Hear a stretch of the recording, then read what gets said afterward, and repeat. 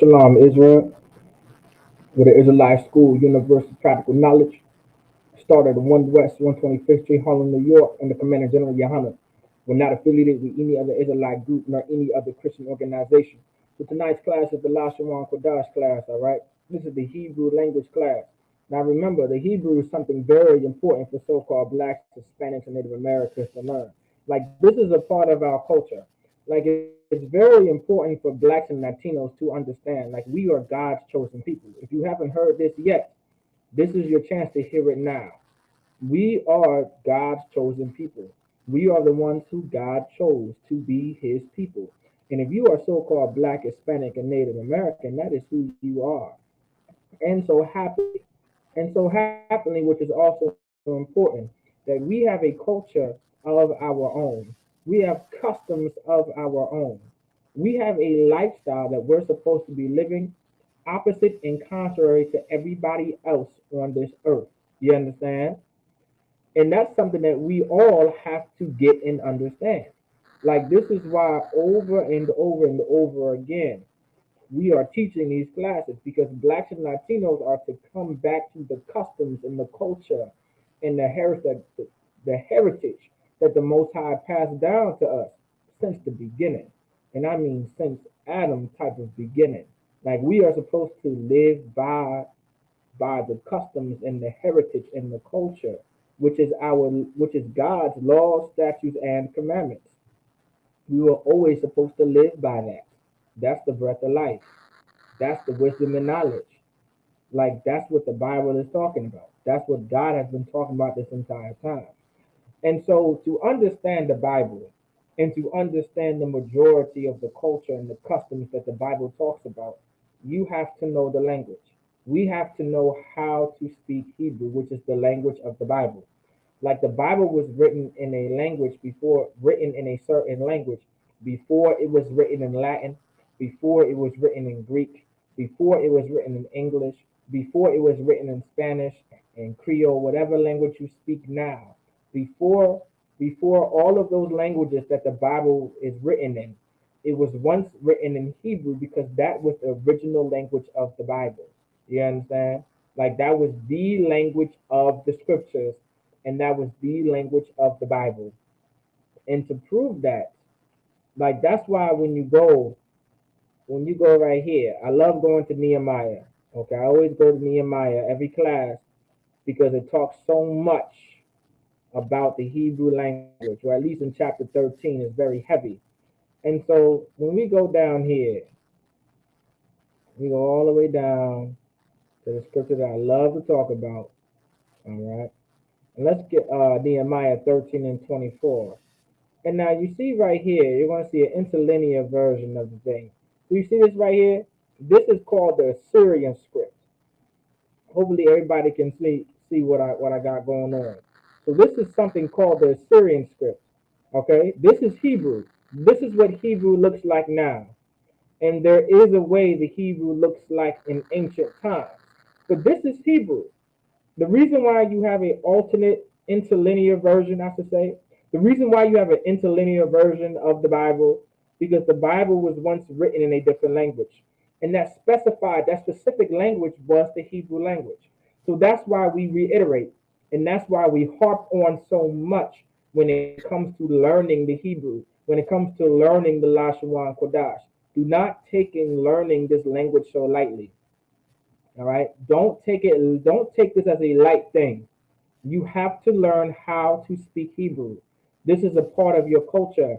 This is a part of your custom. Like how can you consider yourself an Israelite and you don't even speak the language of the Israelites? The Israelites had their own language. That's because they were their own people. That was their own nation. They were their own nation. They were their own race of people. These are very core information.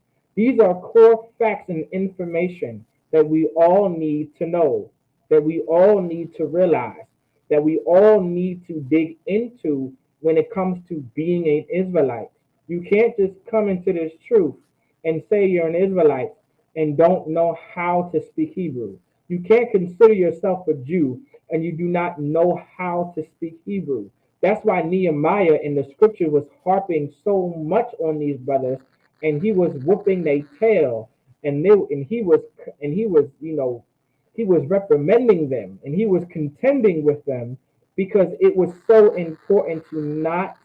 It was so important to speak the Hebrew language. It was so important to not apart yourself or to part yourself away or to separate yourself away from who you are and who God made you to be. And that was an Israelite, that was a Jew, that was a man or a woman to serve him and to keep his laws, statutes, and commandments. That's who the Most High wanted you to be. And we are not to be the opposite of that. That's why when you read in Nehemiah chapter 13, verse 24, and their children spake half in the speech of Ashdod, and could not speak in the Jews' language, but according to the language of each people, meaning they were able to speak in the language of Ashdod.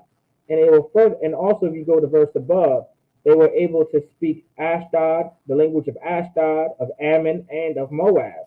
All right, that's why it says, in those days also saw I Jews that had married wives of Ashdod, of Ammon, and of Moab.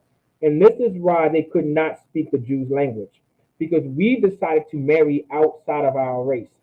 We decided to follow another person's culture and customs.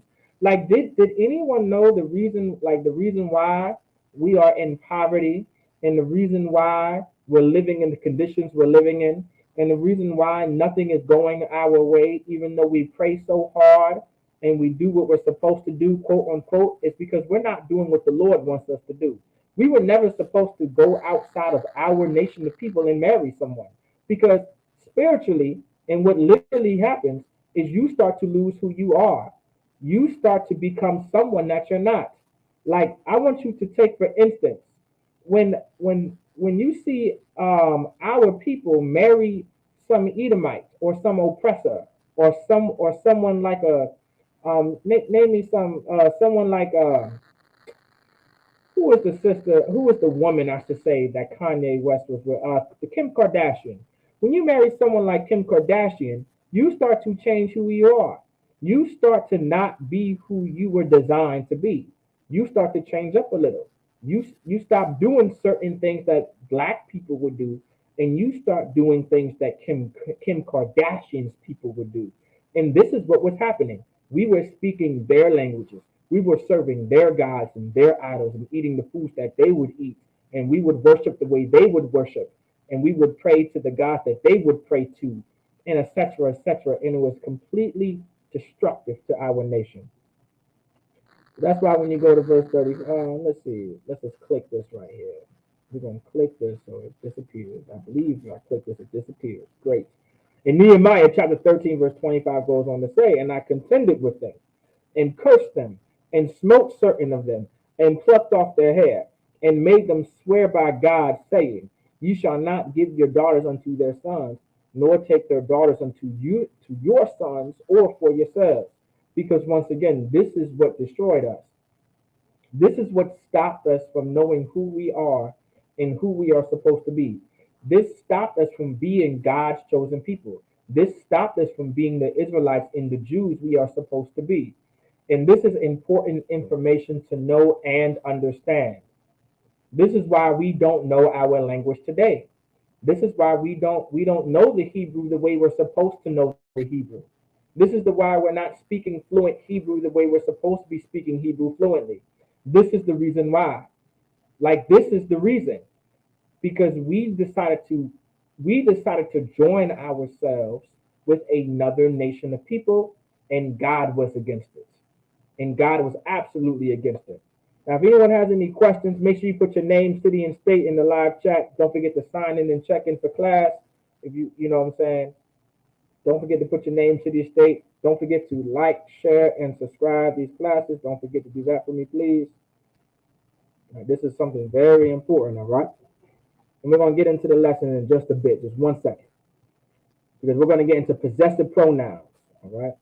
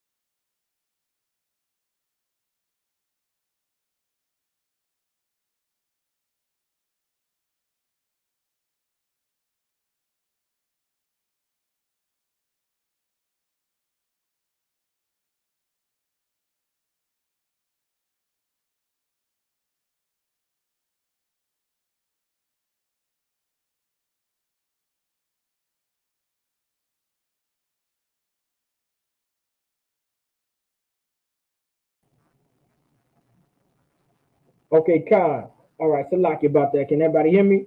Okay, good question. So, okay, we got a question that says, Salakia, did we get the Hebrew alphabet from the stars? Okay, so when you're referring to the constellations, right? Is that what you're referring to? You're referring to like the constellations in the sky. All right, you were saying, did we get the alphabet from there?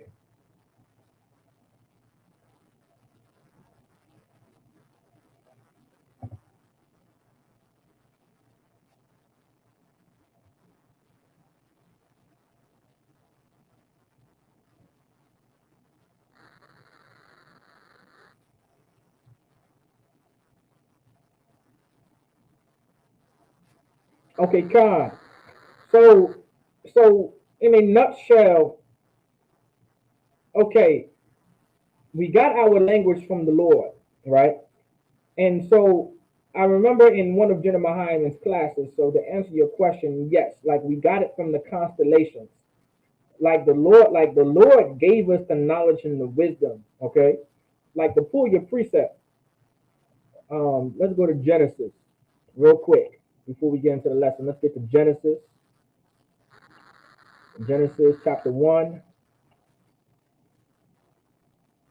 Let's see. Should say something about the stars.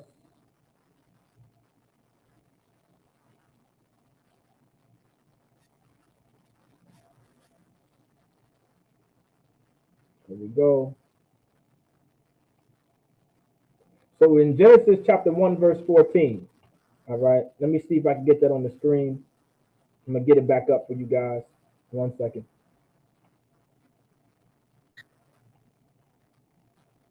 Okay, so if you guys, of course, you guys can see what I'm seeing right here.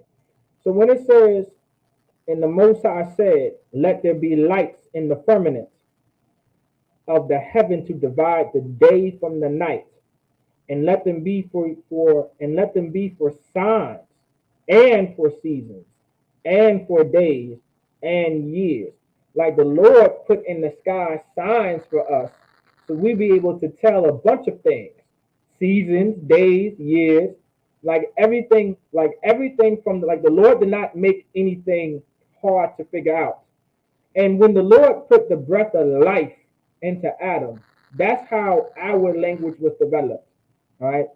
Like that's well, so like not just how our language developed. That's when our culture was developed. Like our customs were developed. You understand? That's when the laws, statutes, and commandments came on the earth. When that breath of life was given into Adam. All right, because Adam was the first man the Lord made separate. He wasn't the first man that God created. He was just the first man that God made separate, that God made holy. So here's your precept for Genesis chapter 1, verse 14, all right, when it comes to the constellations and things like that, all right?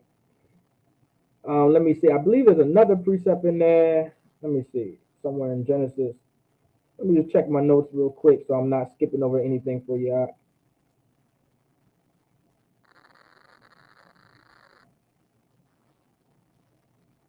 Okay, I believe that's that right there, all right? And I believe we also need Revelation. Let me double check. I believe one is in Revelation 22.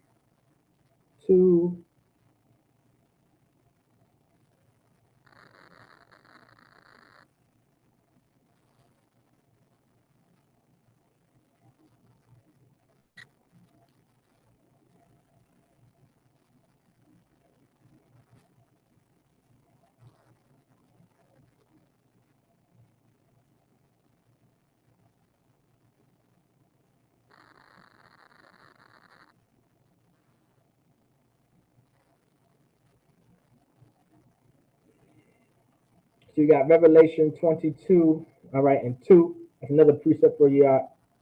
Let me see. Let me go ahead and quick nab it for you.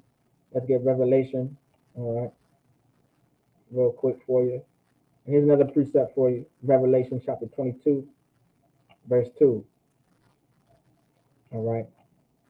When it says, Revelation chapter 22, verse 2, in the midst of the street of it, and on either side of the river was there the tree of life, all right, which bare 12 manner of fruits, and yielded her fruit every month. and the leaves of the tree were for the healing of the nations. All right, that's another precept to understand about the when it came to about the tree of life and the constellation and the stars. All right, all of that is a good precept.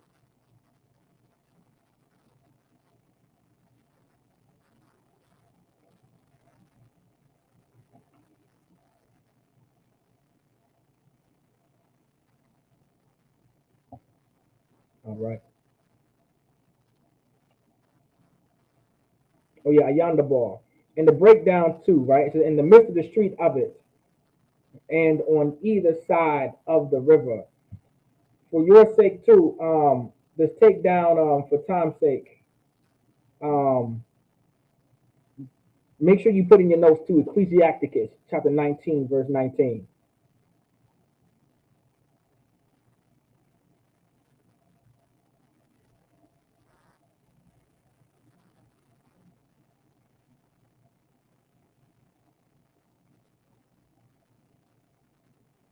Like so on either side of the river was there the tree of life. So the tree of life, by the way, is the same tree in Ecclesiasticus chapter 19 verse 19, which is the tree of immortality, like the tree of living forever. Like that tree is God's laws, statutes, and commandments, which makes us live forever, right? Because our culture and our customs is reincarnation, coming back on the earth, right? And reigning, and we believe that when Christ returns, we're going to reign forever. Like that's the tree of life, of being in power forever due to keeping God's laws, statutes, and commandments, which bear 12 manner of fruits. Of course, those that 12 manner of fruits referring to the tribes of Israel, and yielded her fruit every month. You understand? And the leaves of the tree. So yielded her fruit every month. Like this is referring to something, yielding her fruit every month. Now the next is going to explain to you what that fruit every month is. And the leaves of the tree were for the healing of the nations. So throughout time, this was what's going to heal us. Like this is what was going to keep us safe. Like this is what the Lord passed down to us. You understand? Like this is what the Lord gave us. All right.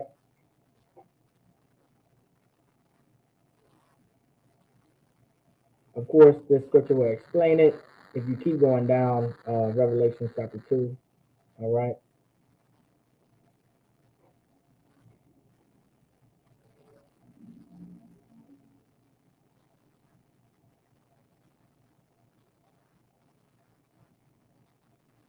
Let me know if I answered your question. Now,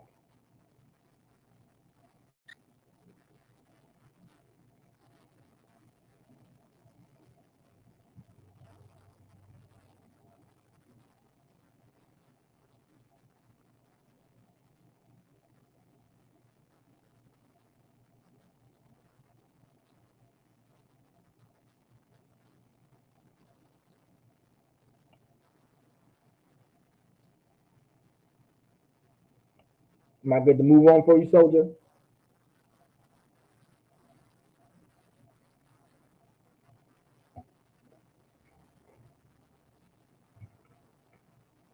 Just let me know.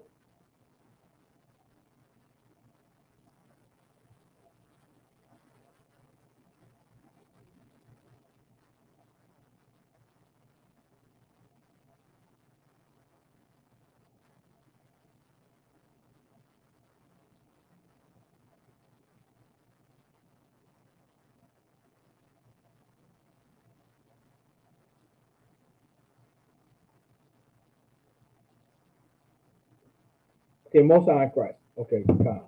All right, so we're going to get into the lesson, all right? So we're going to get into this lesson. Very important lesson. So we're going to do, first thing first, we're going to go over the alphabet. Of course, we all know the alphabet is very important. Okay, we cannot just skip over the alphabet, all right? Can't skip over the alphabet. So first we're going to go over the alphabet. All right. And then we're going to get into tonight's lesson, which is possessive pronouns, which is very similar to object pronouns. And then we're going to get into more depth about, we're going to go over using off again. And then we're going to go into using how off is used with, how off is used in accordance with object pronouns as well. All right. Because that's something we have to understand too as well.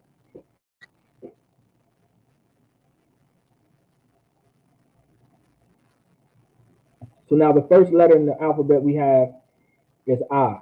This is your I in the Assyrian. And this is your I in the ancient.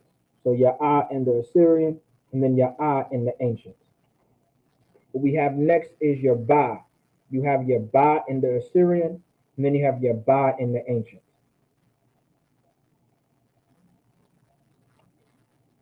Next we have is your Ga. All right, you have your Ga in the Assyrian, and then you have your Ga in the ancient.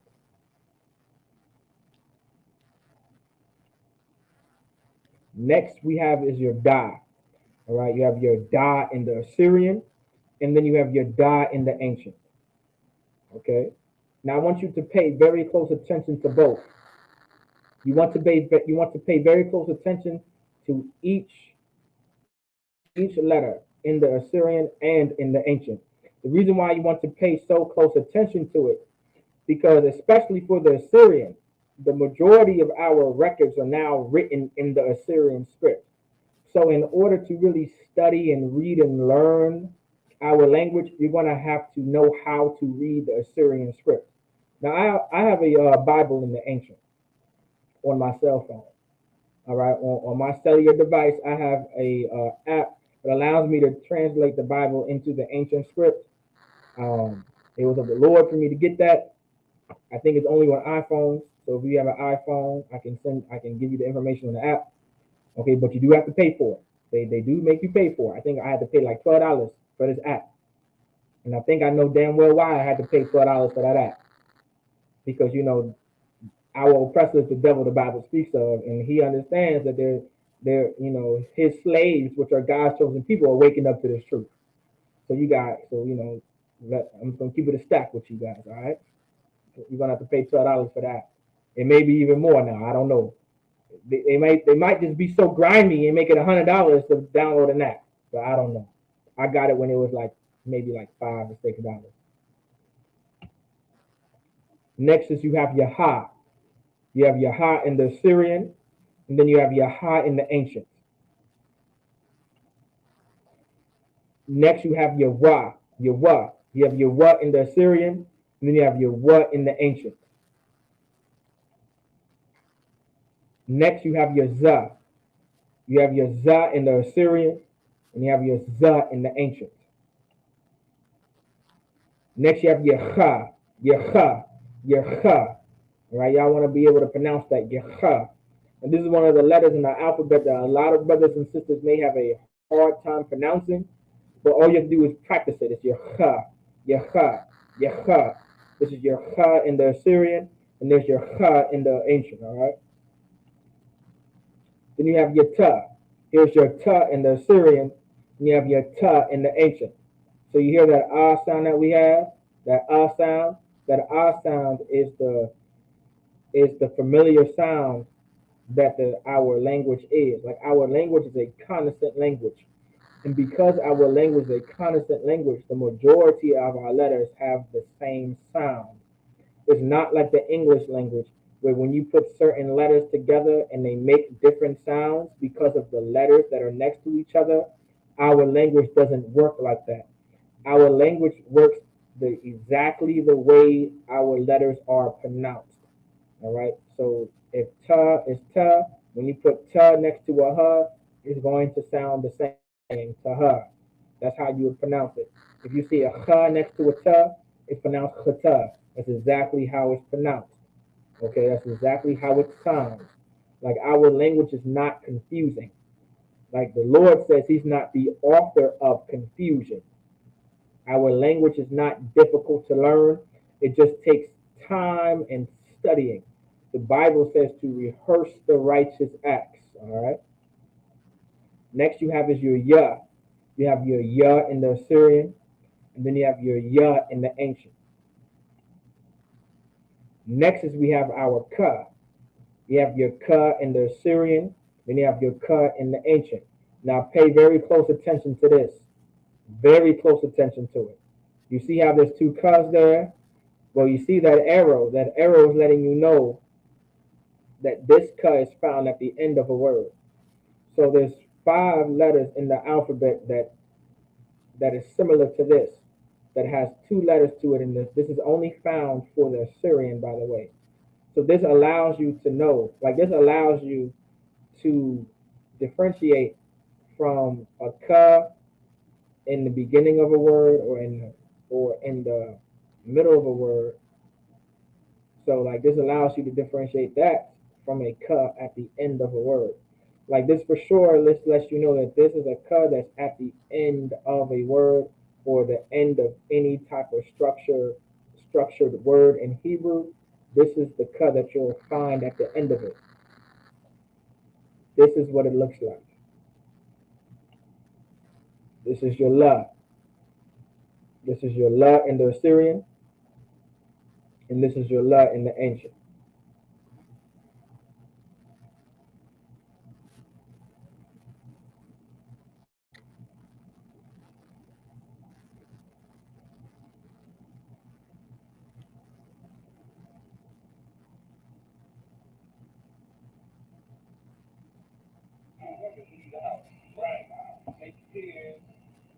Like it.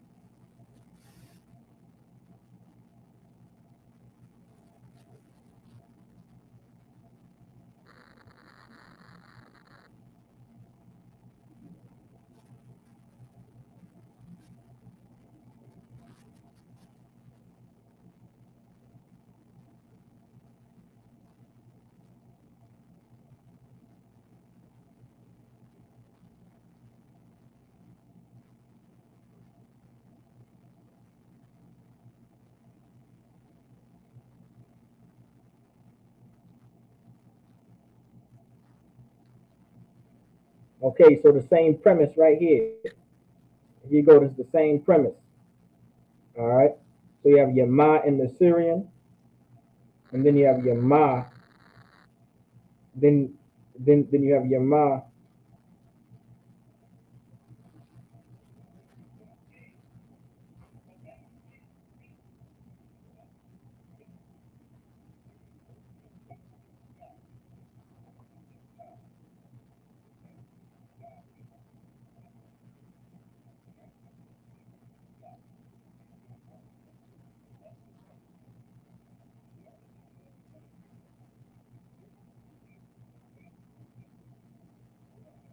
Share this class real quick.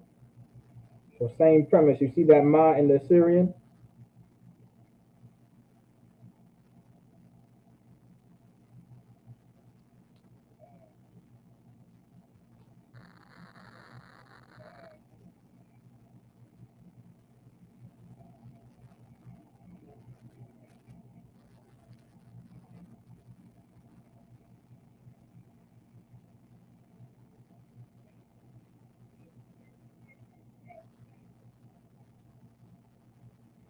So next you have is your na. This is your na in the Assyrian, and you have your na in the ancient. Same premise. It's the very same premise. Most High in Christ. Shalom, shalom. I see you, sis. Yahweh Shema Allah Thun Bashim Yahweh Shah. All right. Most High in Christ. This is your na in the Assyrian, and this is your na in the ancient. Remember, similar sounds, right? Pay attention to the Assyrian. Pay attention to the Assyrian. Now this is your sa. This is your sa in the Assyrian, and this is your sa in the ancient.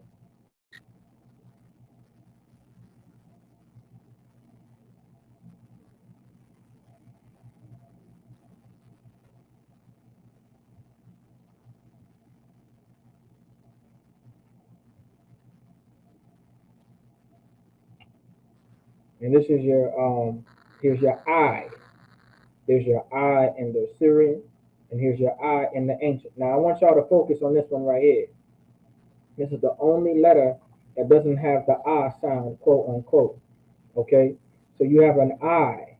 This word, this letter, so like this letter literally originates from from your physical eye. So if I take my shades off, right, you see these eyes? Before the language was characteristic, it was pictographic. And when our language was pictographic, like I don't think you guys can see my face because I'm kind of small. 1 second. So if you guys could see my face now, right, without my shades on, the language was pictographic. The language was very pictographic. And so before it became characters. And so the letter I in our language literally came from the letter from your actual I. It was literally an I. They drew an I, and that was the letter I in our language. So now when it became pictographic, that's why when you see in the ancient, right here on the ancient side, now you see why it's a circle. Because your eye is circular, right? Remotely, your eye is circular. Okay? So this is your eye in the Hebrew.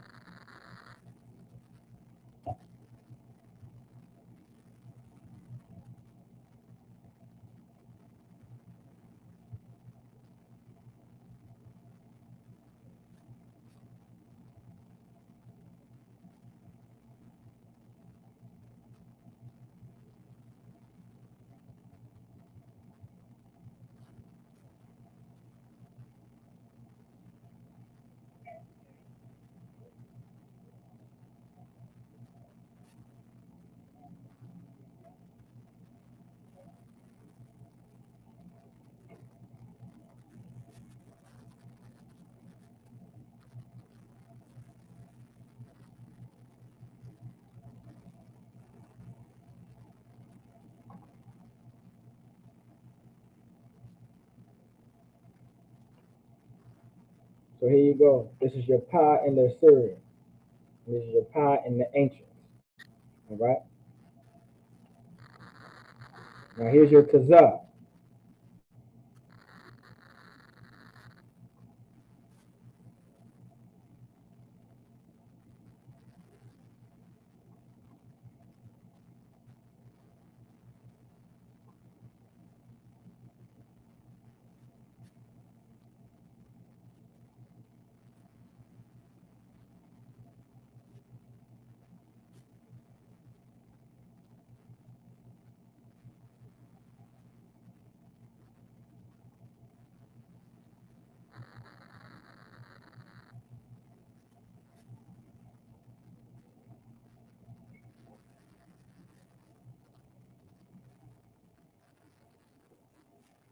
So this is your tazah in the Assyrian, and this is your tazah in the ancient.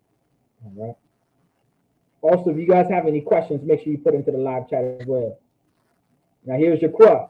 This is your qua in the Assyrian, and this is your qua in the ancient. All right, your qua in the Assyrian and your qua in the ancient. Now here's your ra. All right, here's your ra. So I want you to pay very close attention to this right here. So you see your ra in the Assyrian. Now this is your ra in the ancient though. But now you see your ra in the Assyrian. You see how it's like a little curvature. So when you're really reading the Hebrew, sometimes it may be a little difficult. Let me see. Let me get a little bit over. Let me see. Let me go to the da. So you see, don't confuse a da and a ra. You see how your da is a straight line? You see how it's straight on top? Well, your ra, your ra is curvature. Right? There's a more of a curve on top. As in, think of a R. Think of how like a lowercase r is. That's how you kind of want to differ from a da and a ra. Now, the reason why I say this is because many brothers and sisters have run into mixing up a da and a ra. I even done it myself when I was first learning the language. So you want to dig real deep when it comes to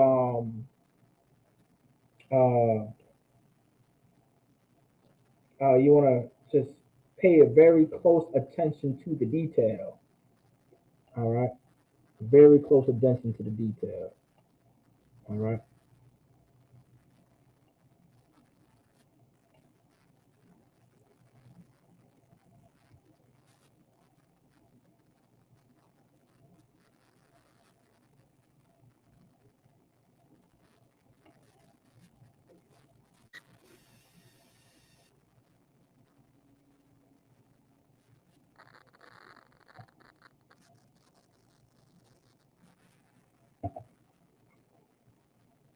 All right. This is your sha. Now this is the continuation of the alphabet to finish it off. So this is your sha. This is your sha in the Syrian. This is your sha in the ancient. Then you have your tha. You have your tha in the Syrian, and then you have your tha in the ancient. All right. So make sure you guys pay very close attention to the alphabet. In order to really learn this language, you're going to have to know the alphabet. You're going to have to truly, truly learn the alphabet. And I mean learn it, completely learn it.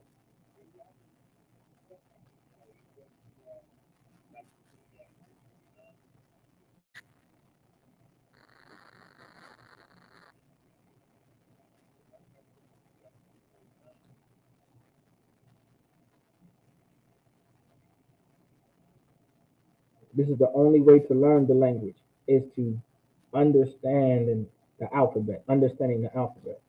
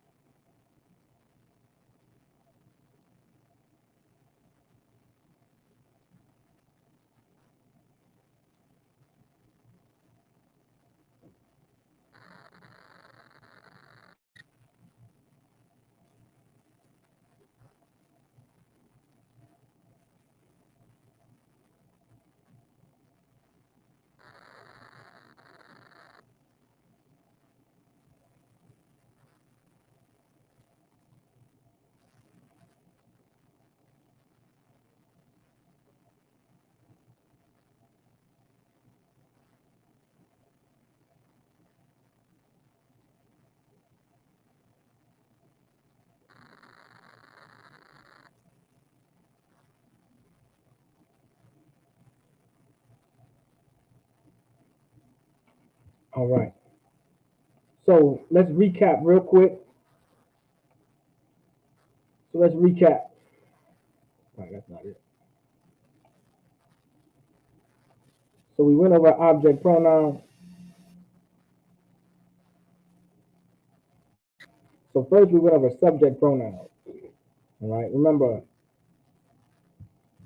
So let's do a recap. So you have your subject pronouns. So we see right here, these are your subject pronouns. You have your anya, which means I or I am.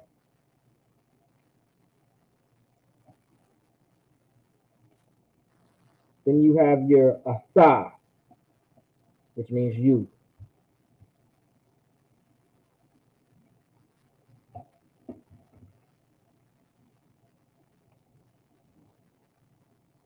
You have your hawa, which means he.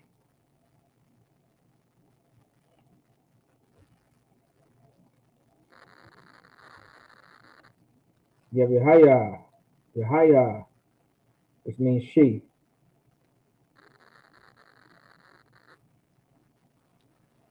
You have your knock knower, which means we.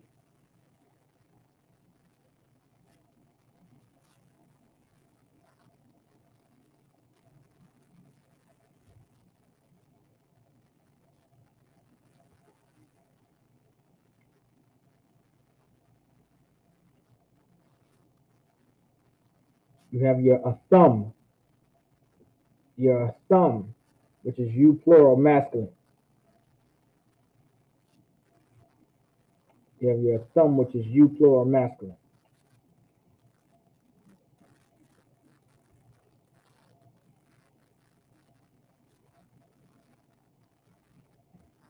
You have your athun. You have your athun, which is you plural in the feminine.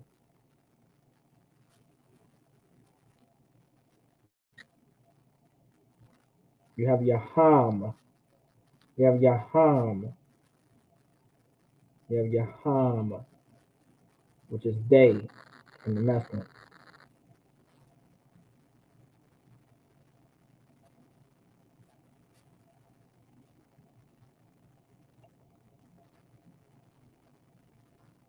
Then you have your han. You have your han, which is they in the feminine. So that's a recap on the subject pronouns. Now remember, subject pronouns is something very important when it comes to structuring sentences because everything is going to be based off of your subject pronouns. Like once we start getting into conjugating verbs again, all right, and structuring whole sentences, knowing subject pronouns are going to play a very big part into structuring sentences and speaking the Hebrew fluently. All right, so you want to know your subject pronouns. You want to pay very close attention to these subject pronouns. You want to put these things into your notes. You want to study them. You want to know them by heart. You want to be able to remember these things by heart. Like treat this as a school. Like to come into the Israelite school of universal practical knowledge is to learn things and to take things into memory. All right. So treat it as a school. You want to know these things by heart because there's going like think about it as there's going to be a test. All right. You're taking the test right now, and we're giving you the study guide to the test. Use it properly. All right. So you can pass. This is the test. This is literally the study guide to pass the test. And the final exam is coming soon, right? Does anybody know what that final exam is? That's the Lord. That's Christ returning. You want to be able to pass the final exam with flying colors. This is one of the ways to pass the exam. Learn your language. Learn how to keep the law.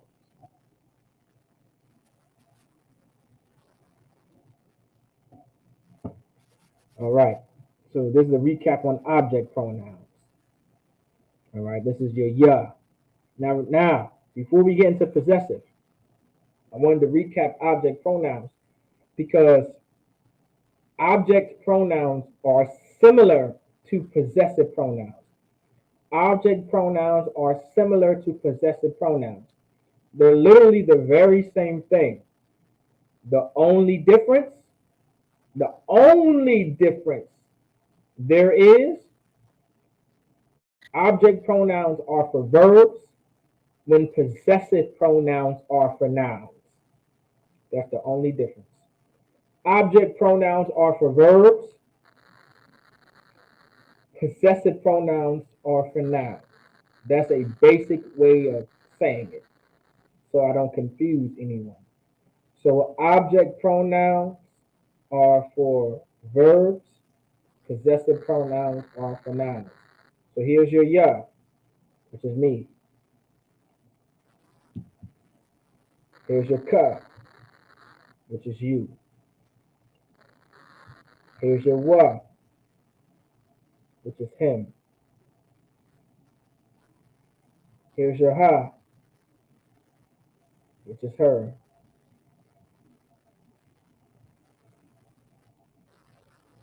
Here's your nawa,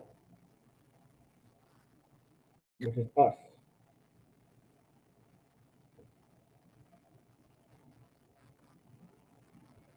Here's your kam, which is y'all or you all or you plural.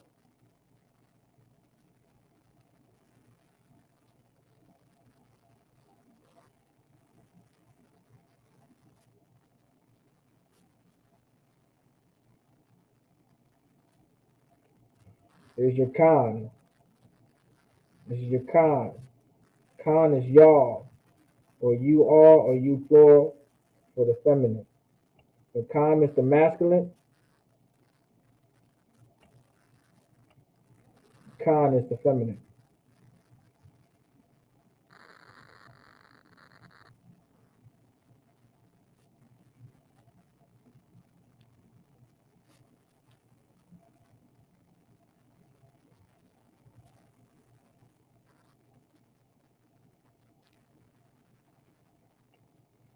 Here's your Ham. Here's your Ham. Your Ham is them in the masculine. Them as a object pronoun in the masculine.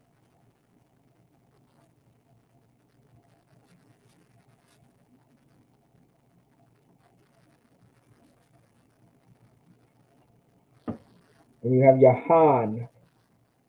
Here's your Han. That's them in the feminine.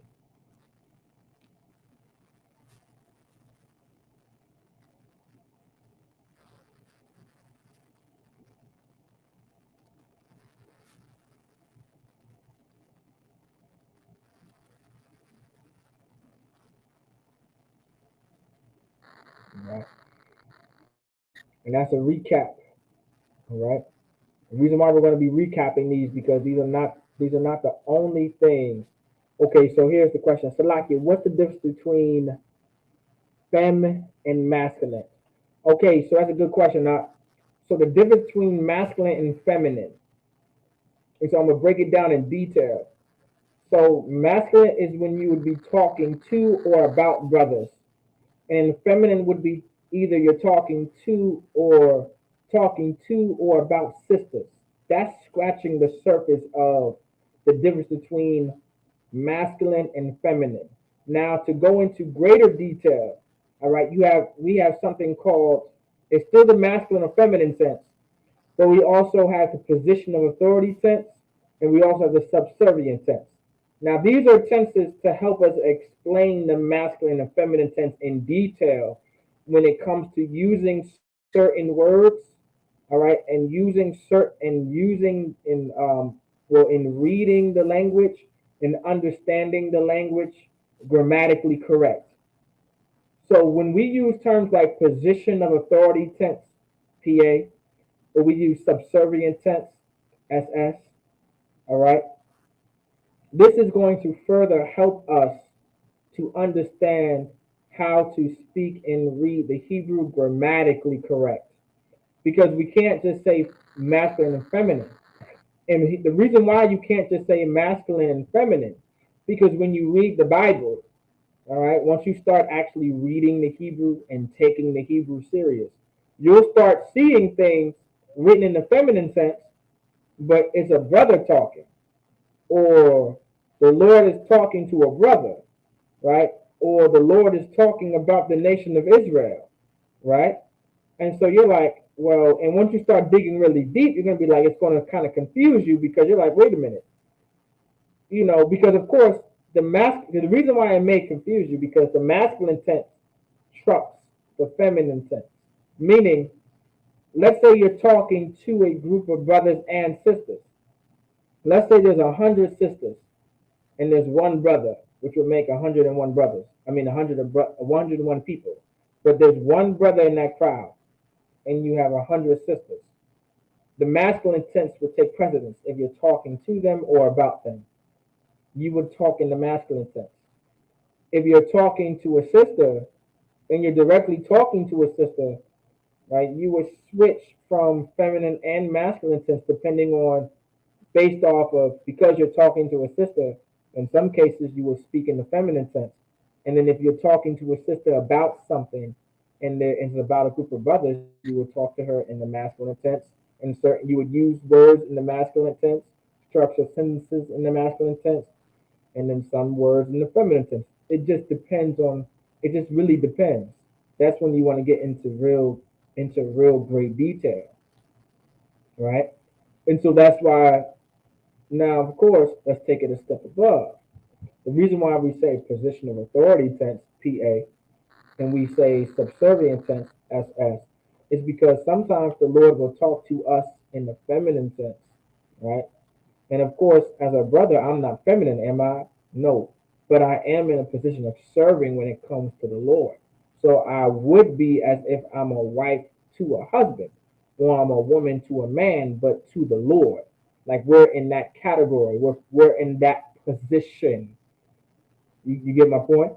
And so, because of so, the Lord will address us as so. And so, the Lord will address us in the feminine tense, right? Which we say the subservient tense. All right, because there's a group of brothers and sisters in the nation of Israel, but you'll see Israel, the Lord talking to the nation of Israel in the subservient sense because we're like a wife unto the Lord. That's why when you go into the Bible, the Lord says like we're a husband, like He's a husband to us, and we're like His maiden or his wife or et cetera, et cetera. All right, you kind of get the point. Let me know if I answered your question. Does that answer your question for y'all? And also for your first question. Your second question is so why do we say Khan Anawan Khan instead of Kam Anawan Khan? Okay, so common. Okay, good question. Good question. That's a solid question, actually, brother. So let's go back to the object pronouns. I'm gonna add it back to the stream. But let me know if I answered your first question for you. So now for common Khan, all right. When you go back to this is an object pronoun, all right. So you see how this is a com, right? This is a com, right? It says y'all or you, all or you, plural. Now you see these red letters at the bottom? These red letters are very important to pay attention to. All right. So I'm gonna stay at the slide for a little bit so you can read it. It says object pronouns will always be at the end of a verb. Now I'm also gonna go to con real quick. It says the same thing. Object pronouns will always be at the end of a verb. And so the reason why we say con one con because con by itself is not con that you would find at the end of a verb. Those are two different words. Okay? So con by itself, you know that that's saying yes or so. All right? But to keep it basic, let's just say it says yes. Con means yes by itself. But it can also mean so, by the way. But con means yes. All right? So con by itself means yes. But con attached to a verb, specifically, object pronouns will always be at the end of a verb.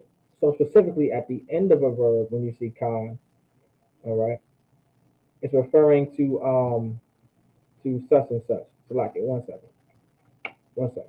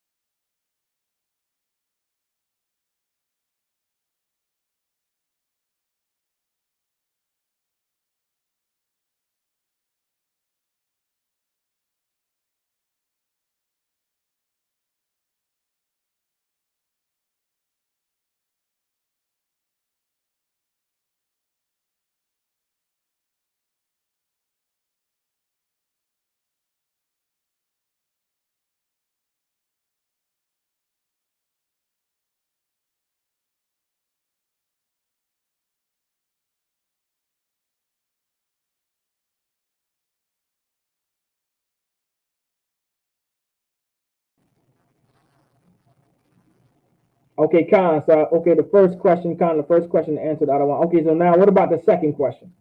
Did that second question help you out? Was I able to answer your second question?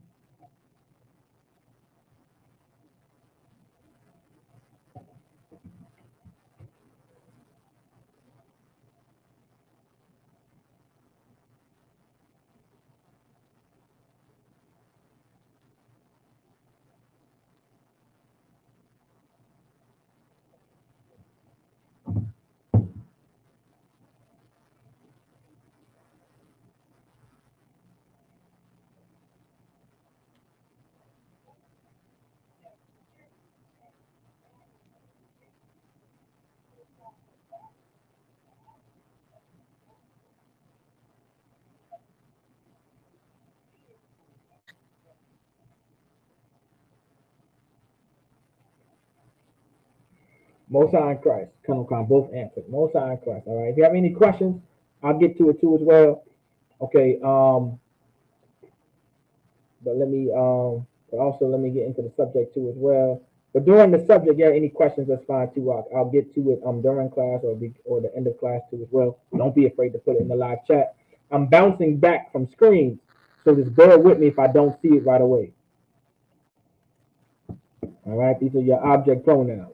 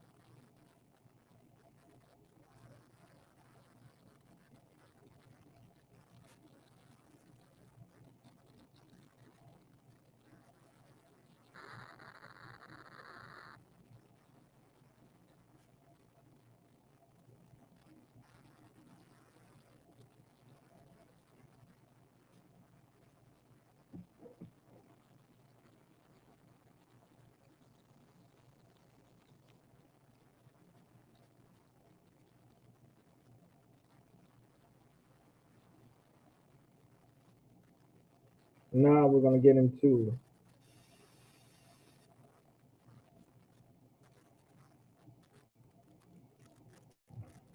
possessive pronouns.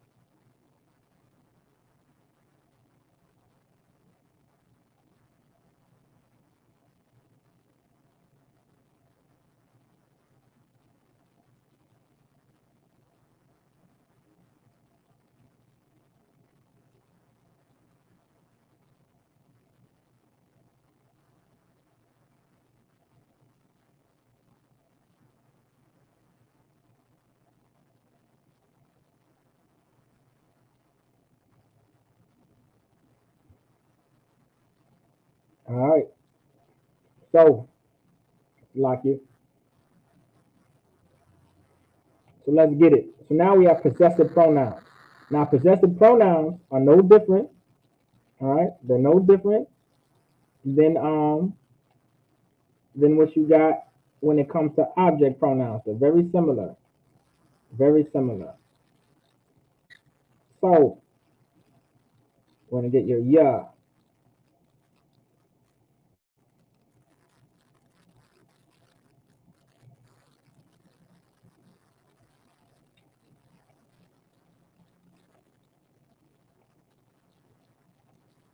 I like using the highlighter instead. I guess I'm not pressing the highlighter. You know that's what I want.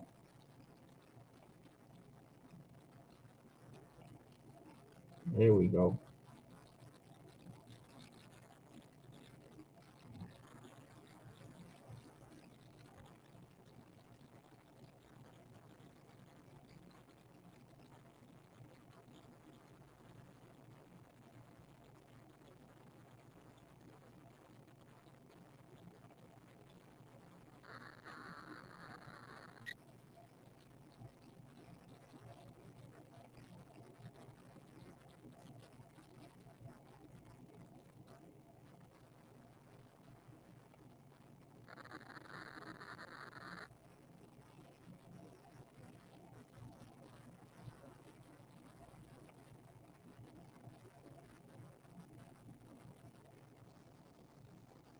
Now remember, possessive pronouns are very similar to the object pronouns, but of course, you're dealing with possessive pronouns. You're dealing with possessive pronouns. Possessive pronouns. So they're not going to be like object pronouns. All right. You have your yeah equals my.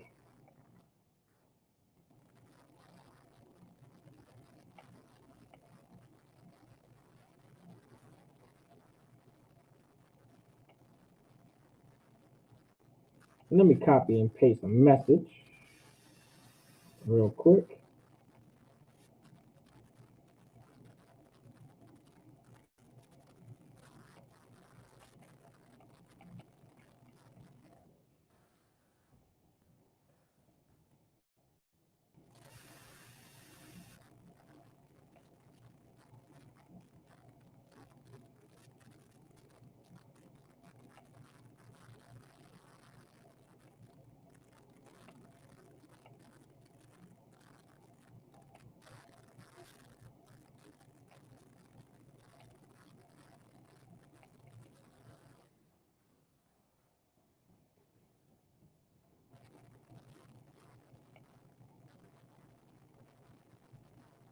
So in this case,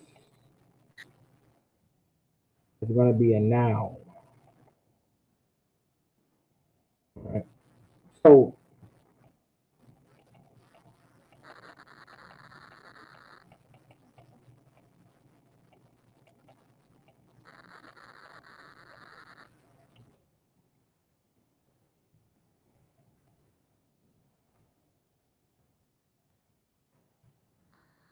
here we go. Now you have possessive pronouns.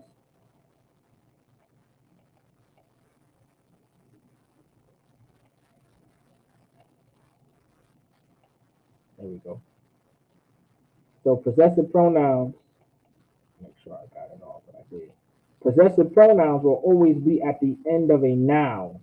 So possessive pronouns deal with nouns. So pay very close attention to that. Possessive pronouns will always be at the end of nouns. Okay, so you have your ya, which is my. So your ya is my. All right.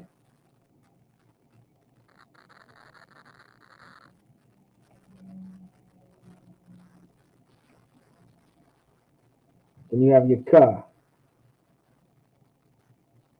Now remember,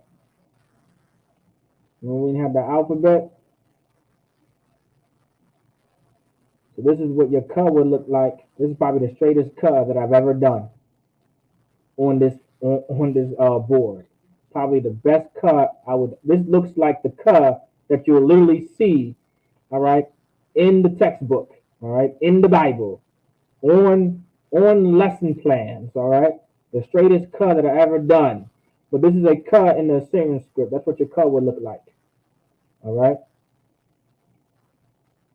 And remember, of course, because it's found at the end of a noun, that's why your cut looks like that in the Assyrian.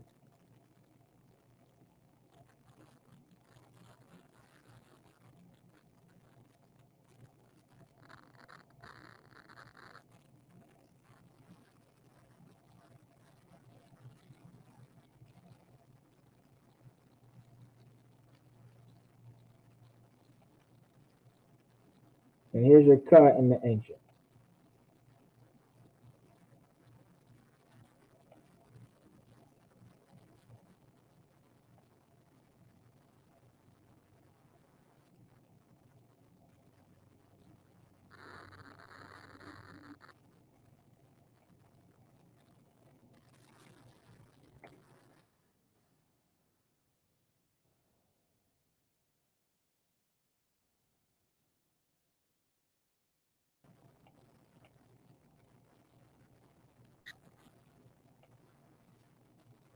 All right, so your cut equals your.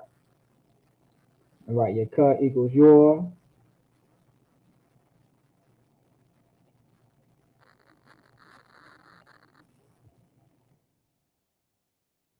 Remember,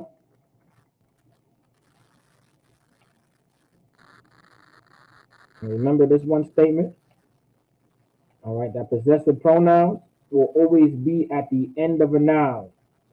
All right, and eventually we're going to get into details and we're going to get examples down the line on how to use possessive pronouns in a sentence. Like just knowing how to use possessive pronouns will actually help us structure sentences. I mean, basic sentences. At least learning how to get the basic idea of how to use it. Like if I wanted to say my keys, I would say ma patakia, ma patakia, which means my keys. Ma patak meaning key, all right, or keys, and ya meaning ma patakia, all right. If I wanted to say these are your keys, all right, I would say ma patakia, all right. Let's say your key. I don't want to confuse you. So like yeah. Let's say if I just want to say your key, all right, I would say ma pataka, meaning your key. All right, there's a way to pluralize possessive pronouns, by the way. All right, there's a way to pluralize possessive pronouns. Uh, well, it's really you're not pluralizing the possessive pronoun because the noun that you're using is pluralized. There is a proper way to structure that. If there's a proper way to structure your possessive pronoun to to help us understand and to realize, okay, this noun is pluralized, right? Like when you pluralize a word in English, you just add an s at the end of it. Well, when we pluralize our nouns, okay, it could be a yam, or a wa. All right, and that'll be a lesson on its own too. Actually, we may attack that next week. Actually, we're going to attack it next week. All right, that's going to be on the lesson plan. How to understand pluralized nouns and pronouns according to its tense, the position of authority tense, the subservient tense, the masculine tense, or the feminine tense. All right. Stay in these classes and you'll know how to speak Hebrew. Stay in these classes and study on your own time too, and you'll be an expert in Hebrew. All right. I did not just become a magical Hebrew guru because I sat there and only came to class on Fridays to learn the Hebrew. And I'm not even a Hebrew guru. Okay. I wish I was the Hebrew expert like General Kabbalah. I wish I was able to know Hebrew the way Officer Hazard and Marah knows, and how Captain Ash and Captain Nutazak knows. I wish I could know as much Hebrew as they know. All right, that's what I'm working towards. All right, so to stay in class and learn these things.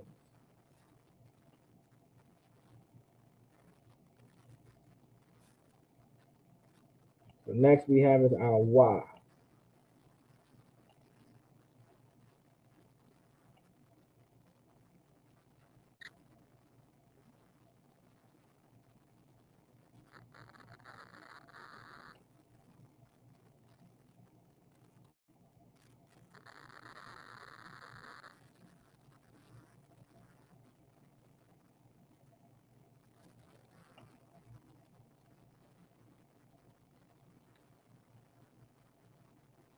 Oh man, that would have been a really good why.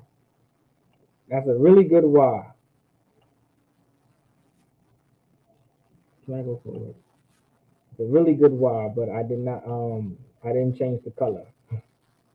A very good why. Hopefully I can do the same thing.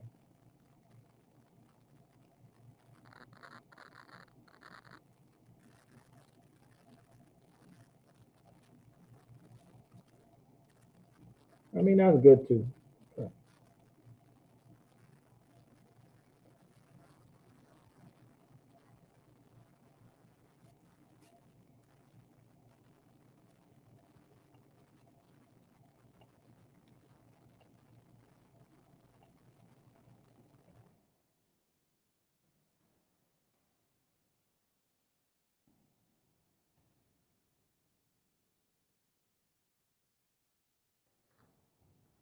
Now you have your why, which equals his.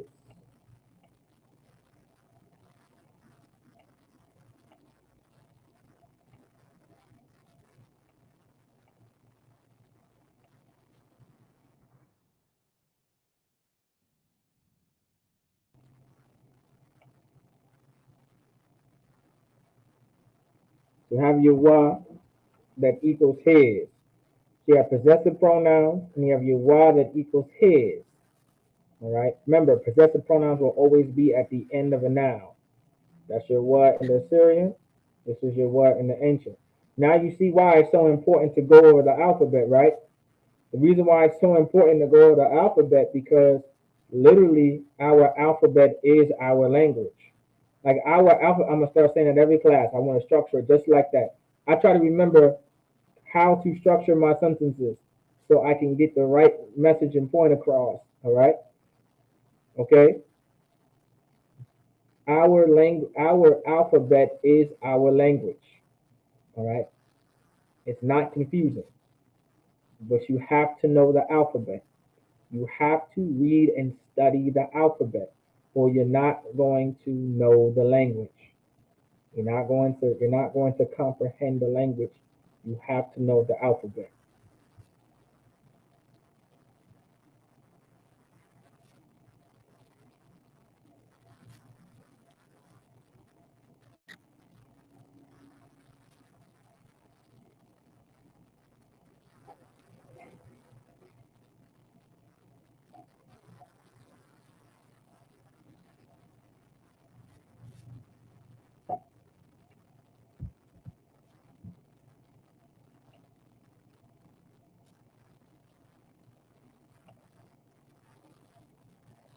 Next, we're going to get our ha.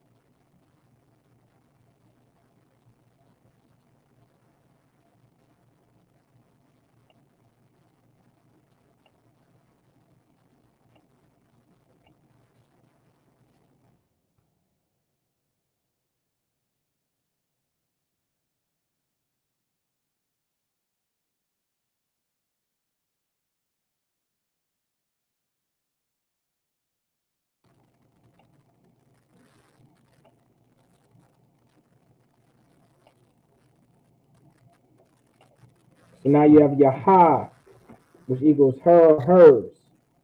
Okay, her or hers.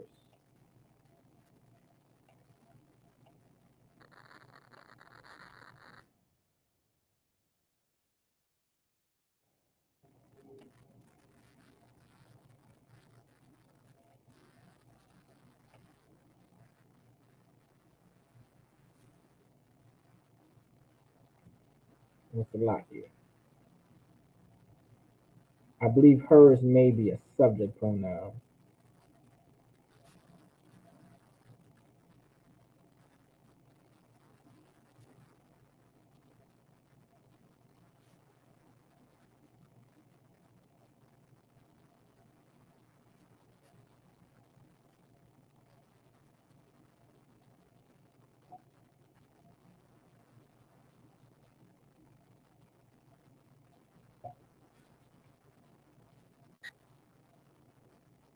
Con. Here we go. So hers, her or hers. It's ha. This is your ha in the Syrian. You have your ha in the ancient. And the ha is how you would say her or hers. Right? Remember, possessive pronouns will always be at the end of a noun. Okay, now remember that. Also, if you have any questions, don't forget to put into the live chat. All right, it's a lock here. Y'all should have said something about the screen not being up. I may have to go back now, because I may have not had the screen up for like how many minutes now. Let's go back where I left off. Start from the beginning. So, damn, no sweat though. Let's get it. So you have your ya, right? Your ya is my. Now remember, possessive pronouns will always be at the end of a noun. Then you have your ka. Then you have your ka, right? Your ka. Remember, possessive pronouns will always be at the end of a noun. Your ka is your. Possessive pronoun your. Then you have your wa. Now you have your wa. All right. Your wa is his. All right. Now remember, possessive pronouns will always be at the end of a noun. All right. Then you have her, ha, which is her or hers. Now remember, possessive pronouns will always be at the end of a noun. All right, y'all got that recap? There y'all go.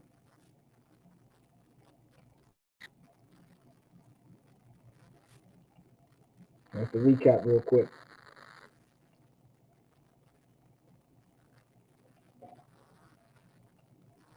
Next,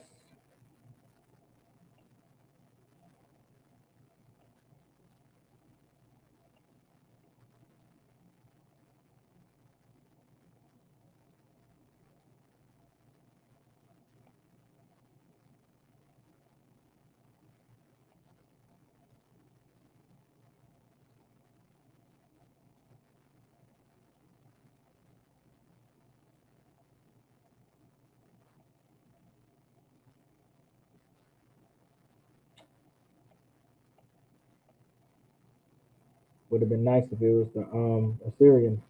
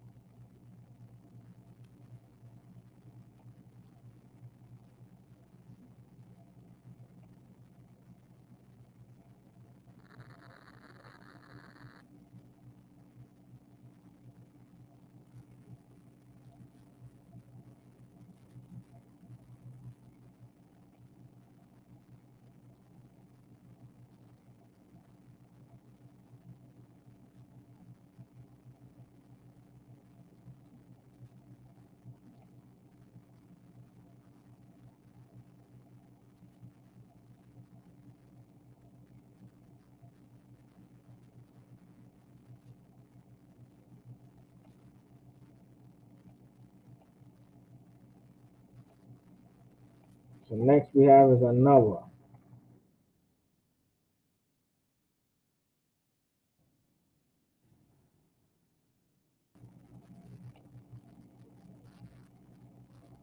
Noah means hour.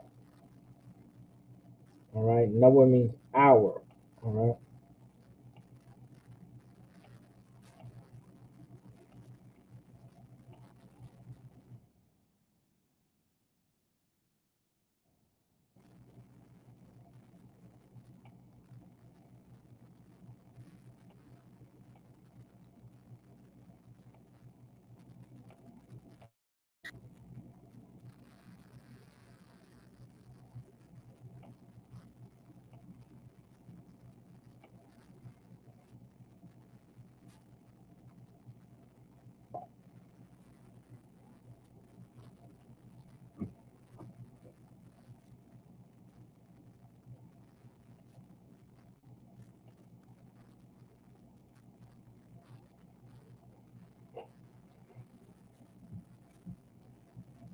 All right.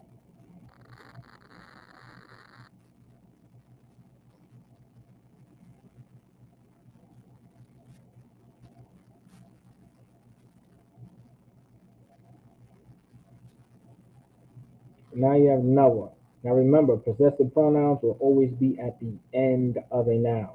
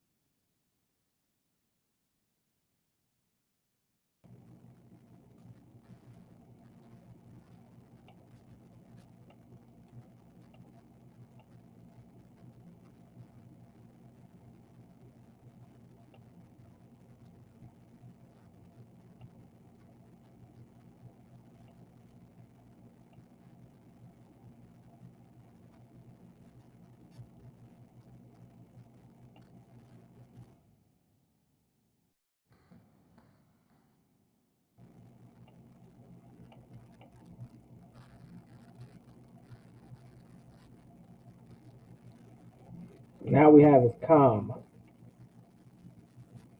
Right now you have is calm. All right, Khan meaning y'all in the masculine tense.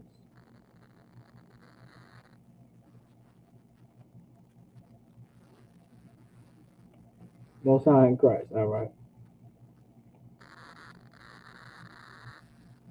Most High in Christ. We got it. Okay, Khan. All right. So this is in the masculine tense. All right.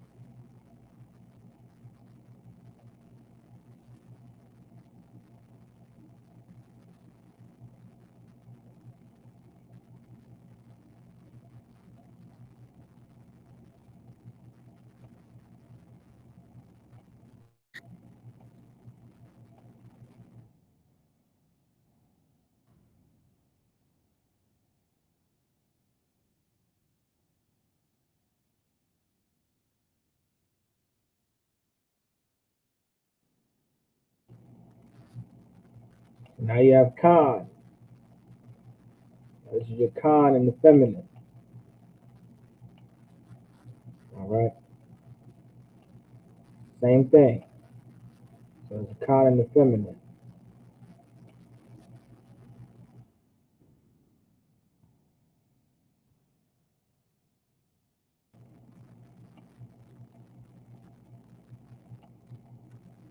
Same will apply. Possessive pronouns will always be at the end of a noun. So this is your Khan in the Syrian. This is your Khan in the ancient. Khan, which meaning y'all in the feminine tense. The possessive pronouns will always be at the end of a noun. All right, at the end of a noun. Keep that in mind. It's going to be at the end of a noun.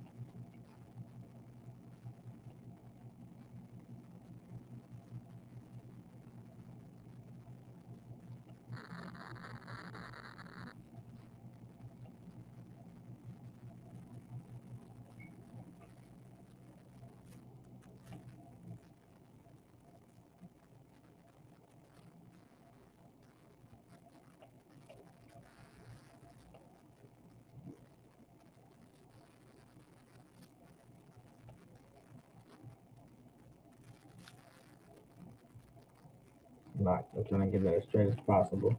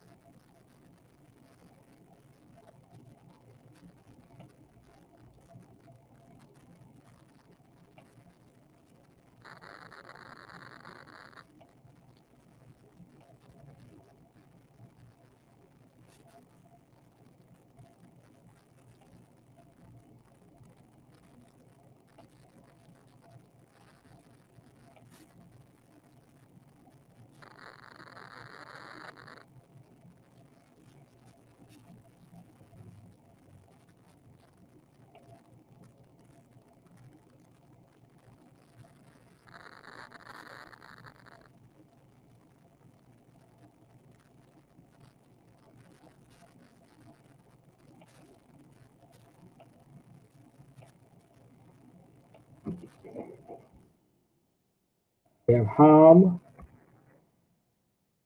equals there, but in the masculine. We have ham in the masculine tense, which means there.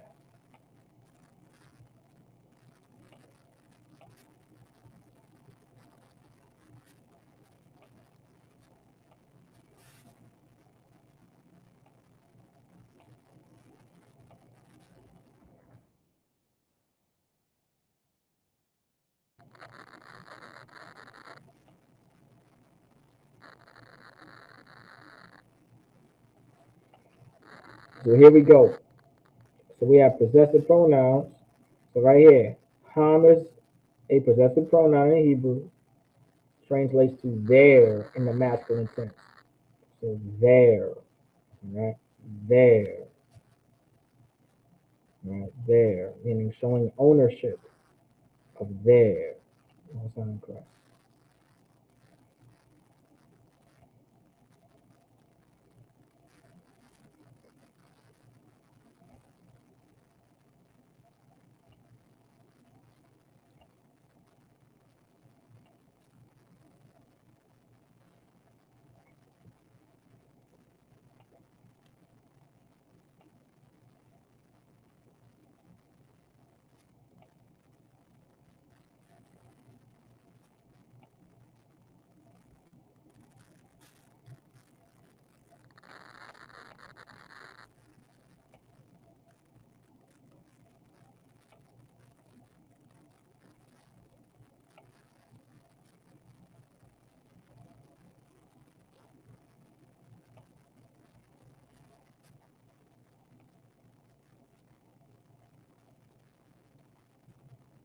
It's a lot here. I'll redo that one.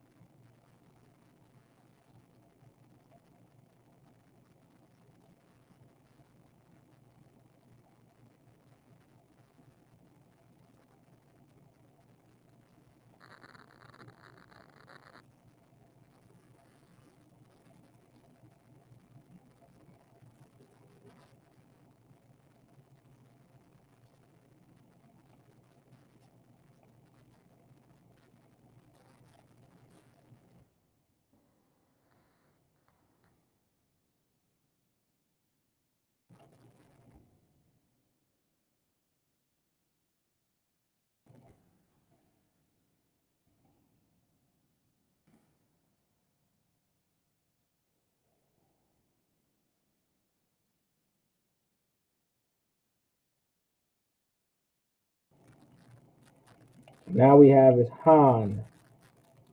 Han, not Han, but Han, meaning there, but in the feminine tense. This is now in the feminine tense. All right.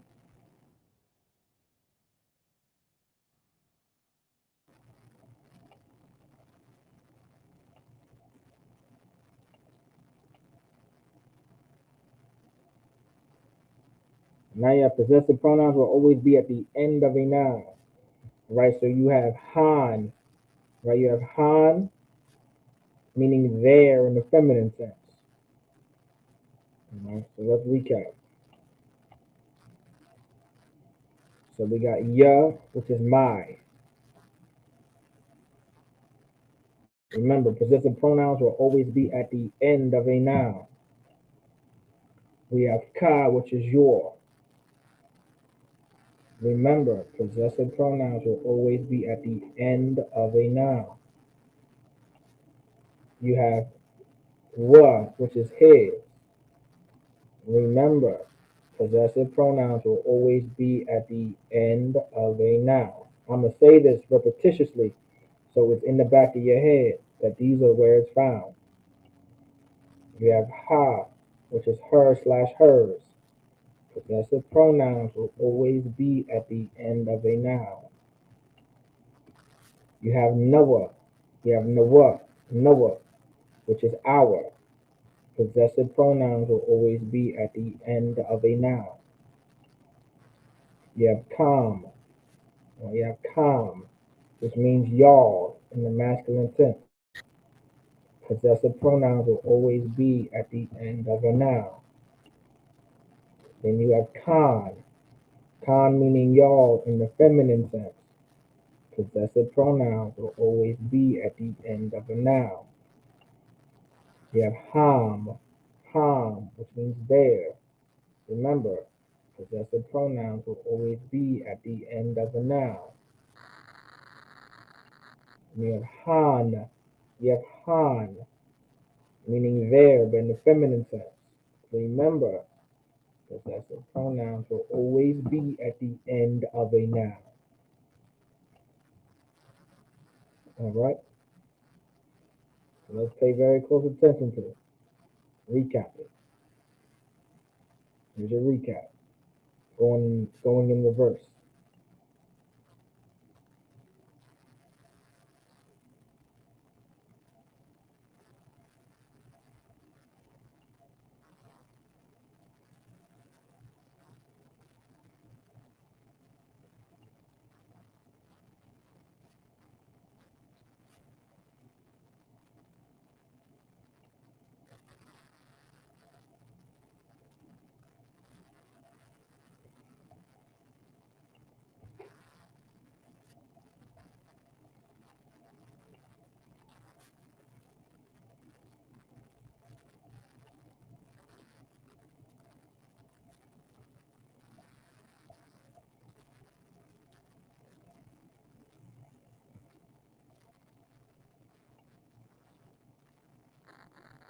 One more time.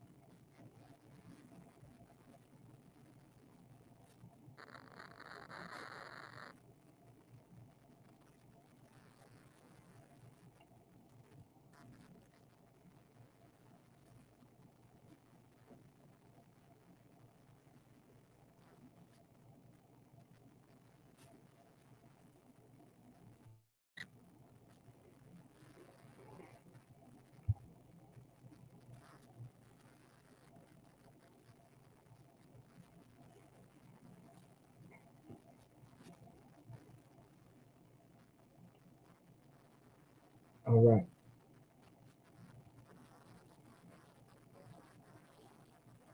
So with that, Israel, I say Amadium, which means to stand.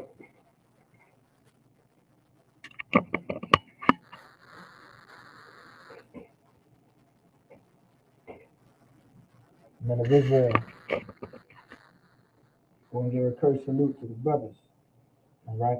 Men of Israel, Amadim Shabbat, Amadim, Barak, Yahweh Ba'ashim Yahushua Barakatham, Yan Mata, Saw, The Agwakis was turning face to sisters. Men of Israel, we're going to give a courage salute to the sisters. Men of Israel, Amadim Shabbat, Amadi, Barak, Yahweh Shamar, Al-Lathan Bashim Yahushua, Yad Mutah. With that, class dismissed.